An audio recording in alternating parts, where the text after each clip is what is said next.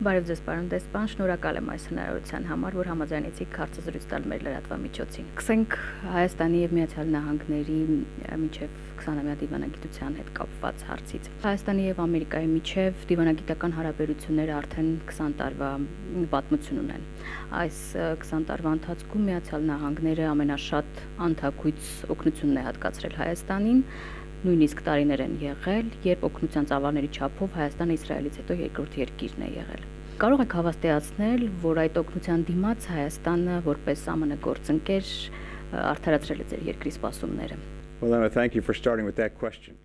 Շատ շնորհակալություն, որ այդ հարցով սկսեցիք։ Այս 20-ամյա հոբելյանը մեզ իսկապես ոգեշնչում է։ Ինչպես դուք արդեն նշեցիք, մենք համագործակցել ենք Հայաստանի հետ մի շարք ոլորտներում, այդ թվում նաև զարգացման, աջակցության ոլորտում։ Այս 20 տարիների ընթացքում մեր աջակցության գումարը կազմել է ավելի քան 2 միլիարդ ԱՄՆ դոլար։ Բայց մեր աջակցությունն ավելին է, քան պարզապես զարգացման ոլորտում աջակցությունը։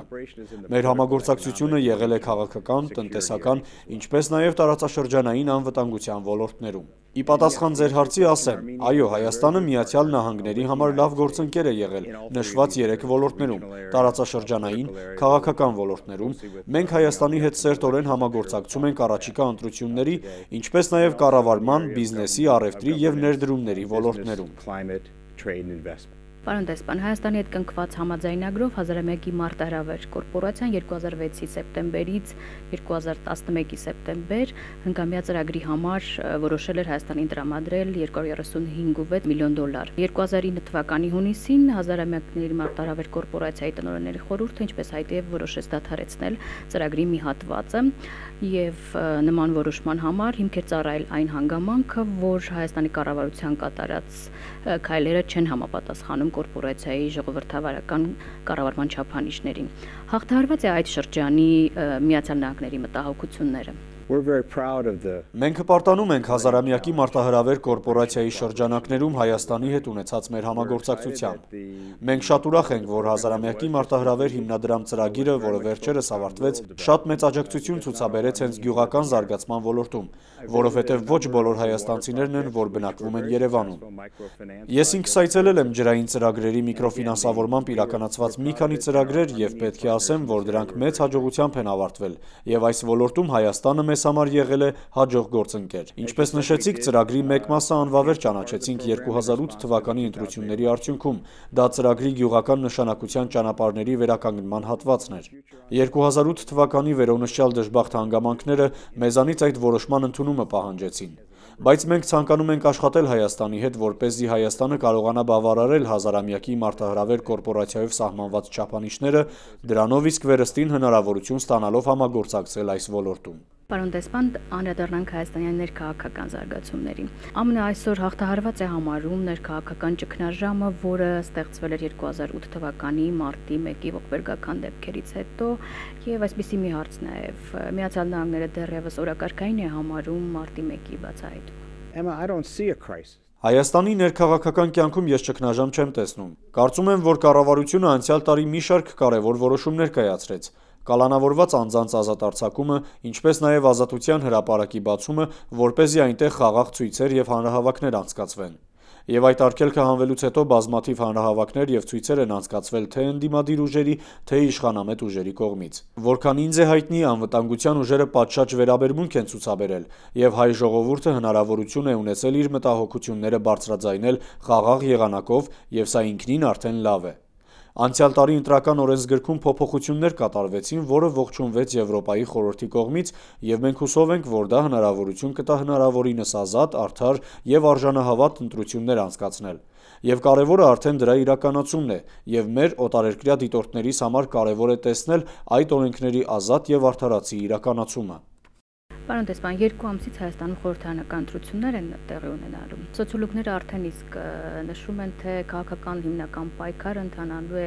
իշխող 2 կուսակցությունների միջև՝ Հանրապետական կուսակցության եւ Բարգավաճ Հայաստան կուսակցության միջև։ Այս 2 կուսակցությունների ղեկավարները կապվում են արտաքին տարբեր վեկտորների հետ, մասնավորապես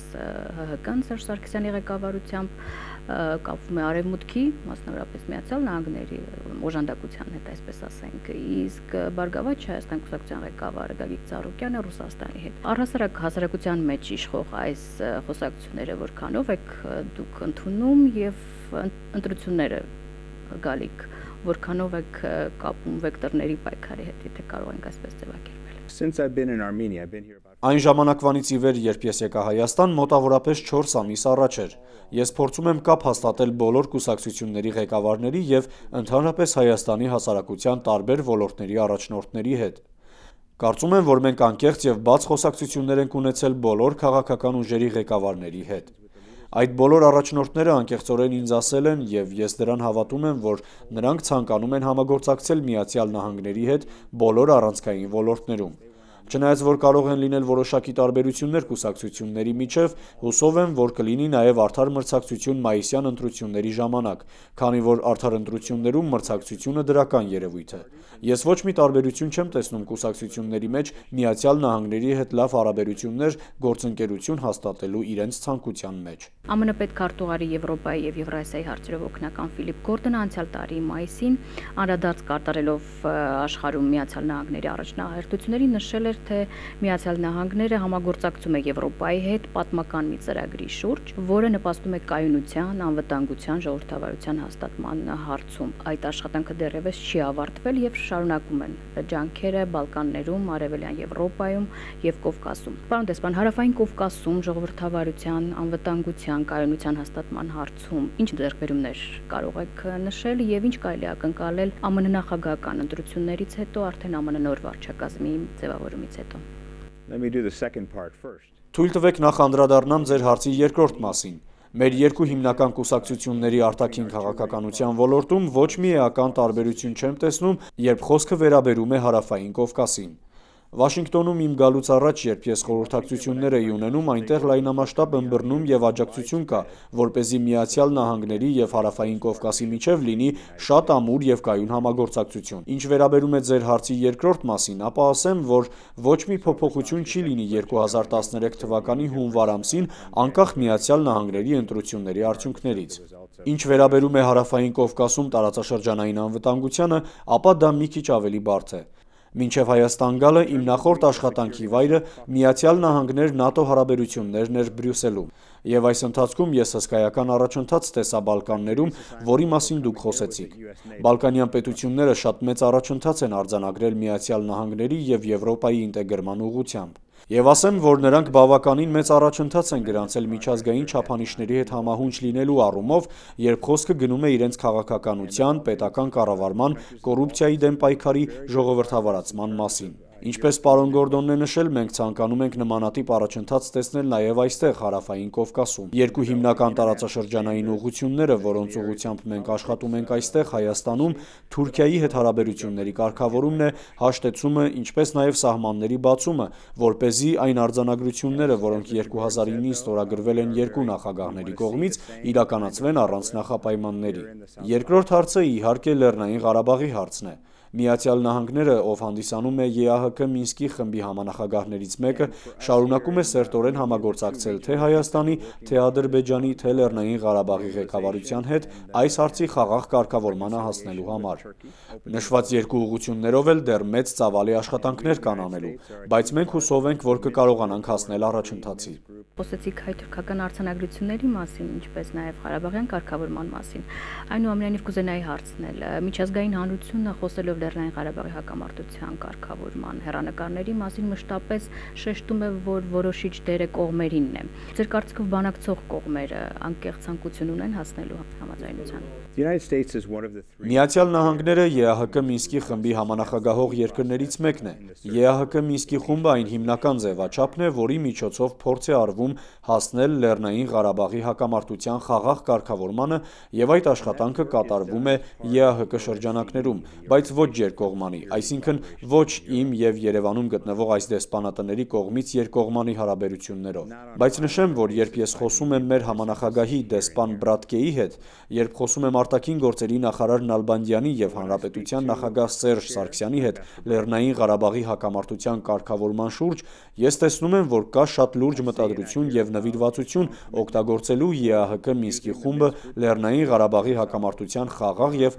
արդարացի կարգավորման հասնելու համար։ Միացյալ Նահանգները մշտապես բռնումով է մոտեցել Հայաստանի եւ Իրանի, Հայաստանի եւ Սիրիայի միջև հարաբերություններին։ Հաշվի առնելով այսօրվա միջազգային հանրության սուր վերաբերմունքը Իրանի, Սիրիայի նկատմամբ, հնարավոր է համարում մի այնպիսի իրավիճակ, երբ Միացյալ Նահանգների բռնման լիմիտը սպառվի։ Մենք արտաքին գործերի նախարարի, ինչպես նաև նախագահի հետ շատ ենք խոսում Իրանի մասին, եւ մենք նրանց բացատրում ենք, թե ինչու ենք մենք եւ աշխարհի մեծ մասը կարծում, որ Իրանը պետք է կատարի միջազգային հանրության առջև ստանձնած պարտավորությունները կապված իր միջուկային ծրագրի հետ։ ՄԱԳԱՏԷ-ն, Միացյալ Նահանգների անվտանգության խորհուրդը, ԱՄՆ-ն, Եվրամիությունը բոլորը միասնական են ստիպելու Իրանին, որպեսզի նա կատարի իր ստանձնած պարտավորությունները։ Եվ երբ մենք խոսում ենք արտգործնախարարի, նախագահի հետ, նրանք վերահաստատում են, որ Հայաստանը հարգում է պատժամիջոցները եւ հանձնառությունները Իրանին մղելու դեպի իր միջազգային պարտավորությունների կատարումը։ ՄԱԿ-ի գլխավոր ասամբլեայում Հայաստանը որոշ քաղաքական հարցերի վերաբերյալ քվեարկություններում չի քվեարկել այնպես, ինչպես մենք կցանկանայինք, եւ մենք դրա մասին նույնպես խոսում ենք Հայաստանի իշխանությունների հետ։ Մենք հուսով ենք, որ Հայաստանը կոժանդակի նաեւ Իրանի քաղաքական մեկուսացման հարցում, բայց մենք ողջունում ենք Հայաստանի ստանձնած պարտավորությունները իրականացնելու միջազգայինորեն սահմանված Իրանի դեմ կիրառվող պատժամիջոցները։ Դա է Հայաստանի հիմնական անելիքը եւ կառավարությունը հավաստիացնում է մեզ, որ դա արվում է եւ մենք հավատում ենք դրան։ Պարոն դեսպան, Բուշի վարչակարգի օրոք մեծ մերձավոր արևելք ծրագիրը շարունակում է մնալ ԱՄՆ արտաքին քաղաքականության օրակարգում, թե արաբական գարունը հեղափոխությունների այս ալիքը փոխել է ԱՄՆ-ի ծրագրերը այդ ուղղությամբ։ Ես հիմա ամբողջովին լծված եմ Հայաստանի, ինչպես նաեւ Հարավային Կովկասի աշխատանքներին։ Գիտեք, ես ինձ փորձագետ չեմ համարում, որպեսզի անդրադառնամ արաբական գարնան եւ այդ բարդ տարածաշրջանի զարգացումների հետ կապված բոլոր նրբություններին։ Կարող եմ ասել, որ Օբամայի վարչակազմը հստակ եւ հետեւողական կերպով շփվում է մահմեդական աշխարհի հետ, արաբական աշխարհի հետ եւ ցանկանում է հանդես գալ որպես գործընկեր։ Մենք ողջունում ենք արաբական աշխարհի փոփոխությունները։ Ժամանակը ցույց կտա դրա ամբողջական հետևանքները, բայց այդ փոփոխությունները, զարգացումները դրական են։ Դա արդեն ակնհայտ է եւ մենք հուսով ենք, որ Սիրիայում նույնպես խաղաղ անցում տեղի կունենա։ Պարոն դեսպան, շնորհակալ եմ հարցազրույցի համար։